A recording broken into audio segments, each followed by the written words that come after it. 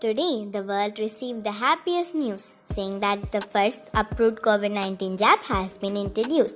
The first jab was taken by Margaret Kennan, a 90-year-old grandmother from UK, and she will be 91 in a week. She is the luckiest person who received the first COVID-19 jab in the world. After she took a vaccination, she said she feels so privileged to be the first person vaccinated against COVID-19. It is the best birthday present I could wish for because it means I can finally look forward to spending time with my family and friends in the new year, after being on my own for most of the year.